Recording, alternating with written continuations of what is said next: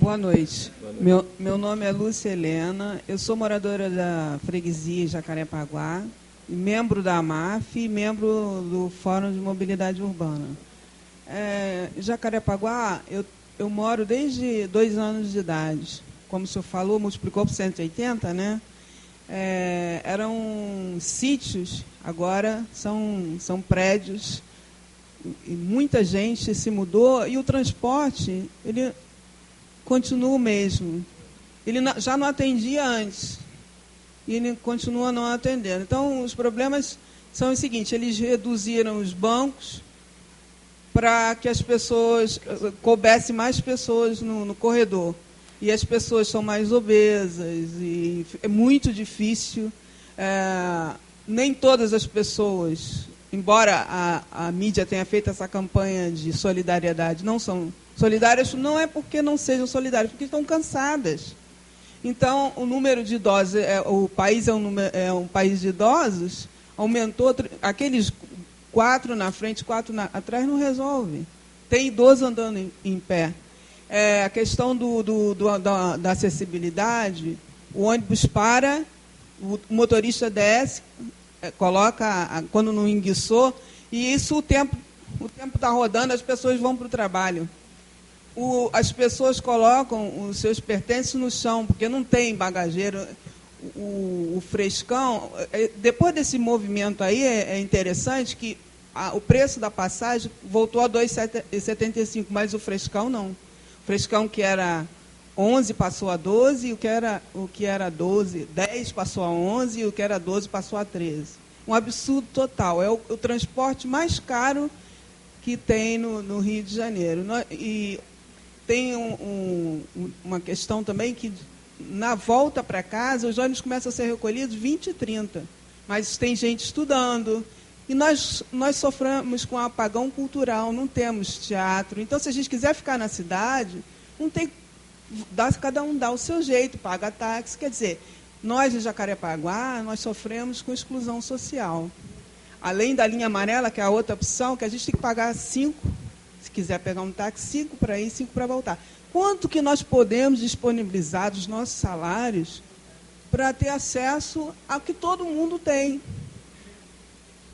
Então, uma coisa que foi mencionada ano passado, que era o censo do transporte para estudar a movimentação da população. Nós precisamos de transporte funcional, transporte escolar, para as crianças, que eu paguei muito do meu salário no transporte particular. O governo precisa pensar o país para todas as pessoas. Olha aqui, isso aqui, foi uma queda que eu levei, porque o Rio Cidade foi só até o supermercado Mundial. Do Mundial para lá, as calçadas estão... o que eu falei com o subprefeito Tiago, que às vezes a gente se reúne lá, é que subprefeitura da Barra e Jacarepaguá, as questões só estão sendo discutidas na Barra, porque não está chegando a Jacarepaguá. Então, por favor, fala para o senhor prefeito que tem gente de Jacarepaguá que quer Jacarepaguá. Não deixa no Barra da Tijuca e Jacarepaguá. E nós precisamos de um transporte de massa. Nós temos o aeromóvel, que poderia atender a área de Jacarepaguá. Nós não queremos mais nem BRT, nem o transporte que está instalado, essa estrutura que está instalada no Jacarepaguá. Tá bom? Okay.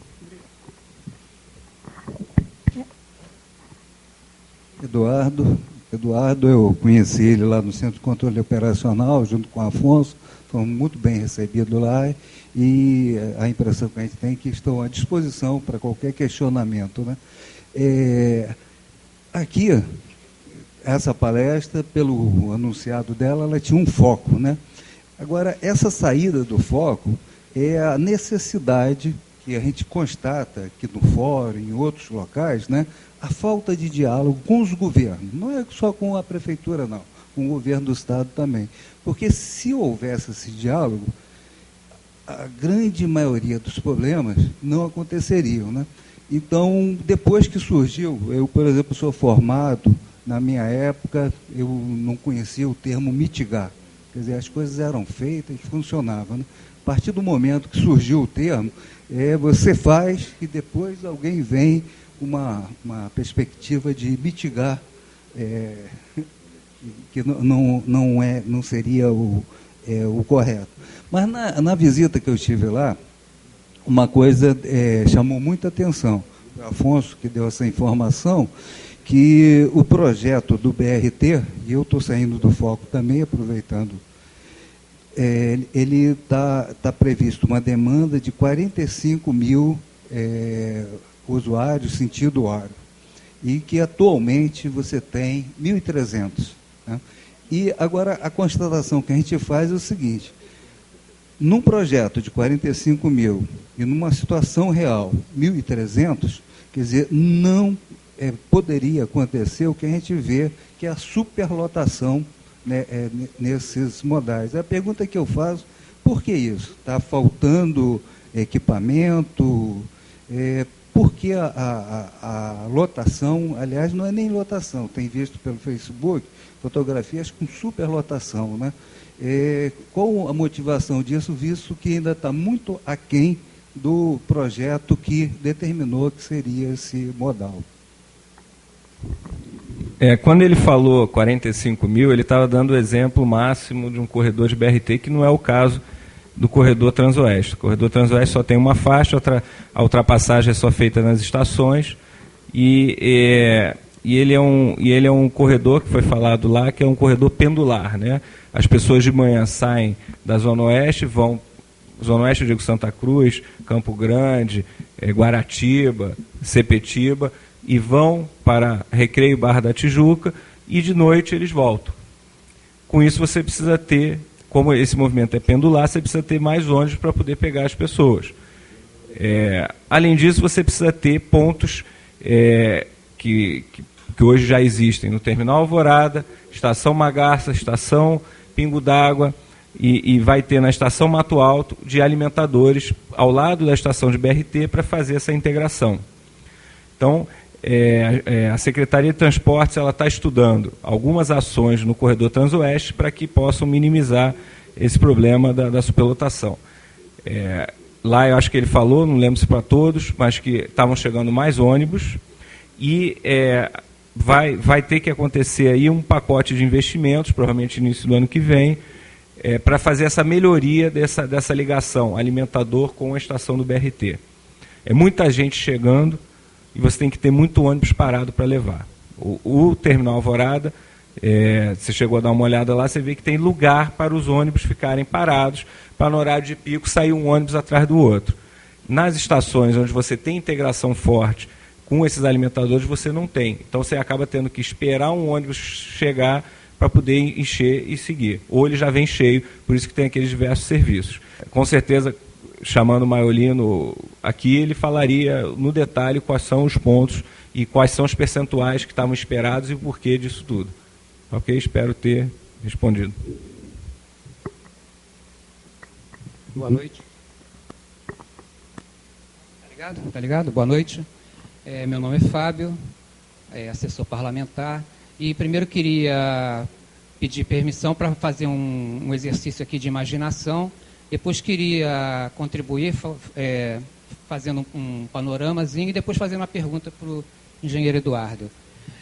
O meu exercício de imaginação que eu proponho é o seguinte: eu estou imaginando o guerreiro engenheiro Eduardo chegando na secretaria segunda-feira e ele é um funcionário de carreira e ele responde a funcionários nomeados, temporários, e aí vão perguntar: e aí, Eduardo, como é que foi lá? Não, secretário, é a mesma coisa. Ah, valeu, Eduardo, valeu. Bom, essa é a história, né? Bom, por que eu digo que ele é um guerreiro? Eu queria fazer aqui 2 desagravos em homenagem ao engenheiro Eduardo. Na primeira vez, em 2011, na primeira audiência pública de orçamento de transporte, que eu participei lá na Câmara, o secretário ainda era o Sansão. Ele levou o primeiro slide sobre o BRT, onde mostrava uma calha de 60 metros de largura. Um slide mostrava a calha de rolamento de 60 metros de largura. E aí nós começamos a questionar, porque o custo de indenização de política fundiária, né, não aparece no orçamento de transporte. Claro, não vai aparecer. E aí a gente ficou questionando, será que realmente o BRT é mais barato que o metrô?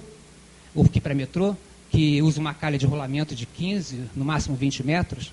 60 metros desocupa muito mais gente, né?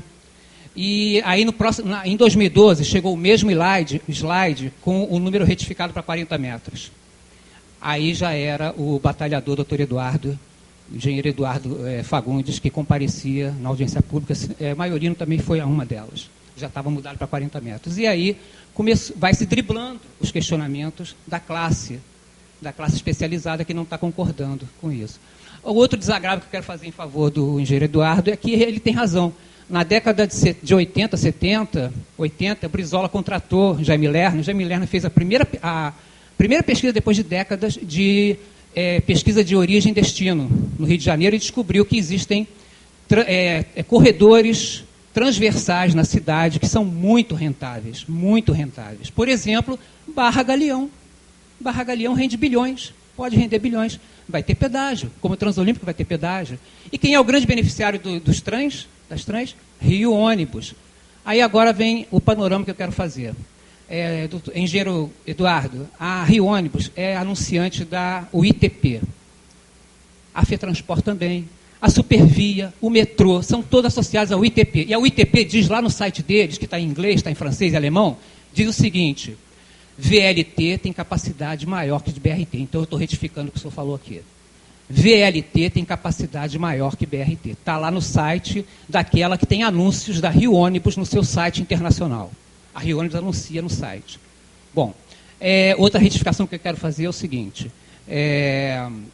O memorial descritivo da Transolímpica está na mão de todo o público, diz que o BRT Transolímpico não é uma via segregada. Interessante que o laudo do INEA diz que é uma via segregada e libera as obras do Transolímpico. Grande contradição que o Ministério Público pode explorar.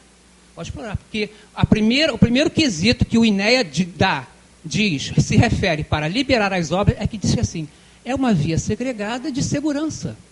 Agora precisava ter avisado aos 8 ou 10 mortos que morreram, que nós temos conhecimento, que morreram e que não sabiam que era uma via segregada, e atravessaram a Transoeste, né, lá na altura de Santa Cruz, não sei, e morreram. Bom, então, o senhor disse que é uma via segregada? Parece que não é uma via segregada. E o senhor tem razão. A via segregada é a via para transporte de massa com segurança. Aí o Carlos Osório, o secretário atual Carlos Osório, estava esse ano dizendo que, graças a Deus, que a Transoeste, a Transcarioca, não são vias segregadas. Por quê? Não segrega a população como a linha de trem segrega. Olha que vantagem do BRT sobre os trens.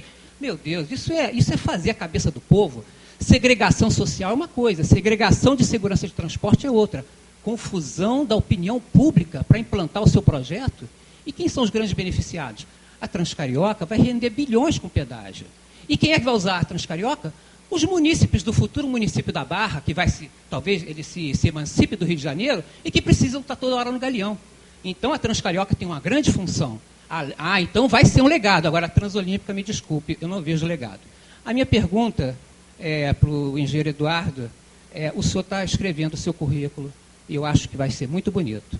O seu nome talvez já esteja até no Wikipedia, se não estiver, ano que vem vai estar no Wikipedia. É um engenheiro de campo que capitaneou as obras dos BRTs no Rio de Janeiro. Eu pergunto ao senhor, o senhor acha que, como o senhor se sente como sendo capitão das obras, como engenheiro de campo, que o senhor se identificou lá na audiência pública, lá na Taquara, eu me lembro, como é que o senhor se sente sendo engenheiro de campo, capitaneando as obras que toda a população não está aceitando? Bem, a população que o senhor está dizendo que não aceita é porque não conhece o sistema. Porque a população que pega o Transoeste hoje e que demorava mais 3 horas por dia no sistema que tinha antigamente, aprova o sistema de BRT. Vou voltar aqui a um ponto, não conheço o site do ITP, mas podemos pesquisar. Eu já andei em VLT e já andei em BRT. É fácil e tranquilo para ver que o sistema de BRT carrega muito mais gente. Não há dúvida disso. Para você ter um ponto de parada do VLT, para que caiba tanta gente, que você possa ter um do lado do BRT, você vai ter que ter uma estação gigante, e que não é o caso e que não é o que acontece. Até porque, para você ter entrada rápida, você acaba tendo que ter ela muito grande.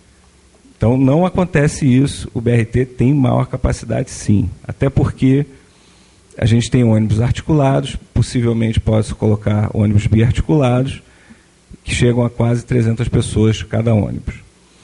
Bem, e outra coisa, quando a gente fala sempre, se a população não está aprovando, assim, é porque a pessoa não conhece. Às vezes uma mudança, ela demora um tempo para a pessoa ter esse entendimento. E uma coisa que a gente está falando hoje com as obras em andamento. A gente sabe que as obras, elas trazem bastante transtornos. A gente tem desvios, a gente está fazendo galerias de drenagem, a gente tem vários alargamentos. Lembrando que, se a gente for considerar só a faixa do BRT, ela é muito menor, a gente fala 30, 40 metros, porque tem que ter as faixas de rolamento para os carros. Se você falar só a faixa do BRT, 3,50. Faixa do outro lado, 3,50. Que tem ali um canteirinho de 1,5. Nós estamos falando de 8,5 metros, 9 metros. Se fosse só para falar do BRT, onde tem estação, a gente tem mais. Mas a gente fala 30 porque a gente tem sempre faixas a mais para que os carros possam passar, porque na maior parte você passa por pistas já existentes. Quando a gente fala faixa segregada, ela é segregada que nem a Transoeste. Ela tem um segregador que separa a faixa do BRT com a faixa dos carros. É muito diferente de pista expressa. Pista expressa, que é no caso a Transolímpica, ela não pode ter cruzamentos. Então a velocidade diretriz é maior, as alças que você tem de entrada e saída, elas têm que ser muito maiores e você não tem nenhum cruzamento. E na lateral você tem New Jerseys, são aquelas muretas. Então, assim, o modelo para você entender o que é a Transolímpica é você observar a linha amarela. A diferença é que você vai ter BRT na faixa da esquerda, em cada um dos sentidos, e estações que vão ser ou por rampa, ou passarela, ou por passagem por baixo. Isso a gente, cada ponto vai ter uma solução. Então, ainda tem mais. A gente tem que, às vezes, analisar um pouquinho o porquê dos acidentes na Transoeste. Os acidentes acontecem, infelizmente, em qualquer mudança de paradigma, e nesse caso o sistema de transporte foi uma mudança de paradigma. O ônibus tem prioridade semafórica, o carro não tem. Então, muitas das vezes você está engarrafado com o carro e o ônibus está passando, o ônibus é mais silencioso, a pessoa não vê, a pessoa vem andando, não quer andar mais 100 metros, que seja no máximo, é muito menos, mas naquele caso onde teve mais acidentes era 100 metros, andar mais 100 metros, fazer a travessia semaforizada, que é segura, e voltar mais 100 metros, queria atravessar direto.